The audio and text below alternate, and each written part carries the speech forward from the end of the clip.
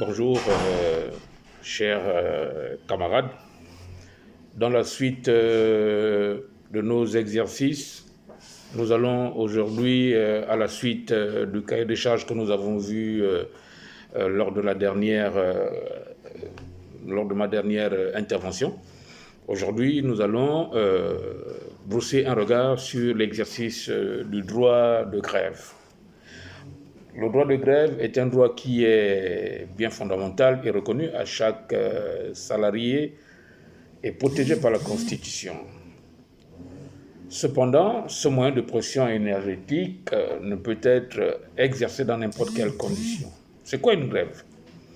La grève, c'est un mouvement de contestation collectif qui entraîne une cessation totale du travail par les grévistes effectué dans le but d'obtenir la satisfaction de revendications d'ordre purement professionnel, c'est-à-dire l'amélioration des conditions de travail, des avantages, des intérêts matériels et moraux, notamment des avantages liés aux primes, etc. Et la recherche de la sécurisation sur les lieux du travail. Donc, le respect des dispositions contractuelles conformément aux dispositions du droit du travail et des conventions collectives. Voilà. Qu'est-ce qui peut caractériser un mouvement de grève? L'Assemblée générale est suffisamment souveraine et c'est elle qui donne le mandat à sa technostructure pour lancer ou envisager un mouvement de grève. C'est quoi la cessation totale de travail? Il ne peut y avoir grève sans revendication, sinon c'est une grève illicite et sauvage. De même, les mouvements d'ordre politique ou les actions de solidarité envers des tiers, des personnalités qui ne sont pas de l'entité, ce ne sont pas des grèves, c'est des grèves sauvages, c'est des grèves illicites. Aussi, il faut dire, les mouvements qui ne respectent pas les caractéristiques qui fondent la grève ne sont pas des grèves. C'est ainsi que les salariés qui y participent ne sont donc pas protégés par le droit de grève et ils peuvent faire l'objet de sanctions de la part de leur employeur. Alors, quelles sont les conséquences qu'on encourt quand on fait une grève? La grève va suspendre le contrat de travail, mais ne va pas rompre celui-ci. Pendant les jours de grève, c'est votre syndicat qui paie les jours non travaillés. Un gréviste ne peut pas être licencié pour avoir fait la grève, sauf en cas de faute lourde. Par exemple, l'intention de nuire à l'entreprise ou à l'employeur.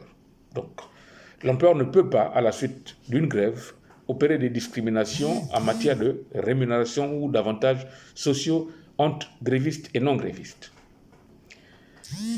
Quelles sont les obligations des grévistes?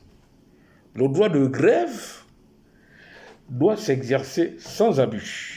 Ainsi, si vous êtes gréviste, vous êtes tenu de respecter le travail des non-grévistes. Dans le cas contraire, les grévistes commettent un délit d'entrave à la liberté d'aller et venir. Ce qui constitue un délit d'entrave à la liberté d'aller et venir. Donc, je veux dire, ce qui constitue une faute grave susceptible d'entraîner des sanctions conformément au Code de procédure pénale. De même, les actes de violence, voies de fait et détérioration commis pendant une grève constituent des délits pouvant entraîner des poursuites judiciaires avec condamnation pénale. Les syndicats comme les grévistes sont civilement responsables des abus commis pendant une grève. L'employeur et les non-grévistes peuvent demander réparation des préjudices subis dans le cadre d'une grève sauvage. Voici ce que je voulais dire aujourd'hui s'agissant du droit de grève. Donc, le droit de grève, la grève est un instrument de pression pour amener l'employeur à une table de négociation. Et donc, ça doit être en fait le recours ultime. On doit avoir épuisé toutes les voies de recours, notamment celles liées au dialogue social. Quand le dialogue est rompu à partir de cet instant, on est obligé, dans le cadre de la légitime défense, de recourir à l'utilisation de la grève pour amener l'employeur à négocier. Donc voici, chers camarades, la grève, oui, mais on ne fait pas la grève pour la grève, parce que la grève a ça de différent du dialogue social, que quand elle est enclenchée, les conséquences collatérales sont existantes, notamment des pertes financières et parfois humaines. Donc rien ne sert de rentrer en grève pour pouvoir trouver un compromis après. Et comme j'ai l'habitude de dire, vaut mieux un mauvais accord qu'un bon procès. Alors, donc, si l'on considère que l'employeur et nous sommes des partenaires sociaux et que l'employeur également est le premier salarié de l'entreprise, donc il faut convaincre l'employeur qu'il n'a pas intérêt à entraver notre mouvement parce qu'il sera également lui-même bénéficiaire des mouvements, des avantages que nous aurons.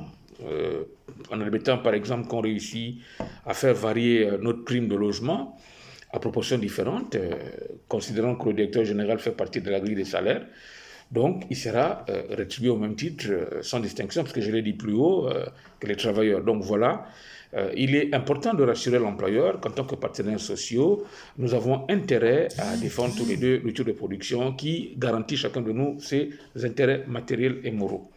Donc voici, chers camarades, en ce qui concerne la grève, ce que je voulais dire, pour que chacun comprenne bien qu'il vaut mieux négocier pour éviter justement des conséquences collatérales. Parce que la grève, ça a un coût. La grève, c'est un coût, comme je disais tantôt, c'est un coût financier et parfois humain. Surtout, il faut se méfier des va-t-en-guerre, notamment les jusqu'au-boutistes, parce qu'en général, les jusqu'au-boutistes n'ont pas d'argument à mettre dans la balance dans le cas des négociations. Deux choses l'une, soit qu'ils ont un agenda caché, soit qu'ils ont un agenda caché, soit que c'est des chômeurs, parce qu'en réalité, pour négocier, il faut avoir des choses à céder, parce que quand on négocie, chacun de nous sacrifie une partie de ses avoirs pour pouvoir permettre à l'autre également d'avancer vers la moyenne pour qu'on coupe la poire en deux. Donc en général, dans le cas des négociations, ceux qui n'ont rien à perdre, ils conseillent souvent d'aller vers le casse-pipe parce qu'en général, ils font du conflit professionnel, du conflit social, un fonds de commerce pour pouvoir tirer profit, considérant qu'ils ne travaillent pas, ils sont des chômeurs. Donc il faut généralement s'en méfier. C'est le dialogue social. Aujourd'hui, dans l'environnement nouveau, impacté par les nouvelles technologies de l'information, le dialogue social est irréversible. Et comme j'ai dit tantôt, considérant que l'employeur et nous avons en partage plusieurs intérêts, on n'a pas intérêt à se battre, donc il faut trouver coûte que coûte une solution parce que c'est le seul gage du maintien de l'équilibre de la paix sociale dans l'entreprise et par conséquent dans la société. Donc je vous remercie pour la séance d'aujourd'hui. Nous nous retrouverons le mois prochain pour un autre thème que je me ferai le plaisir de venir débattre avec vous. Donc à la prochaine et merci encore.